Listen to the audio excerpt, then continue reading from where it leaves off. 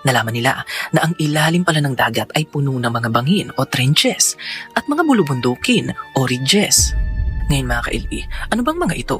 Well, sa mga trenches tulad ng Mariana Trench, madalas nangyayari ang tinatawag na earth subduction.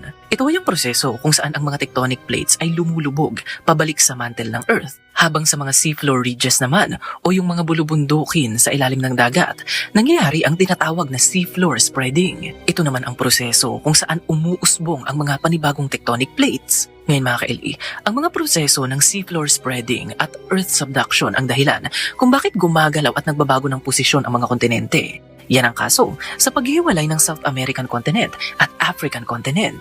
Sa seafloor ng Atlantic Ocean, makikita natin ang mga boundaries ng South American plate at African plate. Ito ang tinatawag nating Mid-Atlantic Ridge at isa ito sa mga lugar kung saan umuusbong ang mga panibagong tectonic plates. Sa tuwing umuusbong ang bagong tectonic plates sa Atlantic Ocean, nauurong nito ang South American plate at African plate.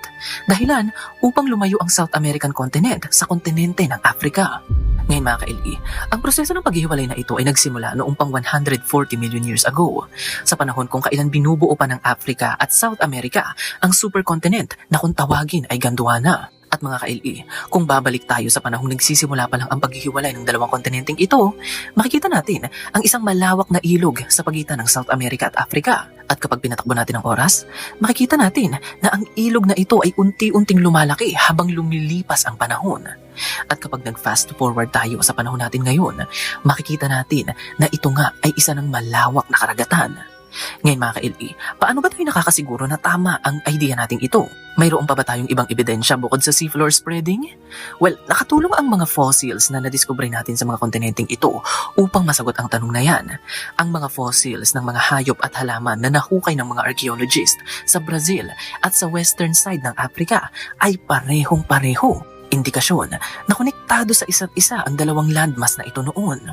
Ngayon mga ka-LE, ang paggalaw ng mga kontinenteng ito ay tinatawag nating continental drift.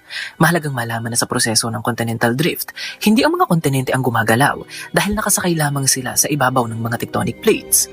Ang tunay na gumagalaw ay ang mga tectonic plates na kanilang sinasakyan. Ngayon mga ka-LE, ang mga tectonic plates din ang rason kung bakit tayo may mga bulubundukin at bulkan.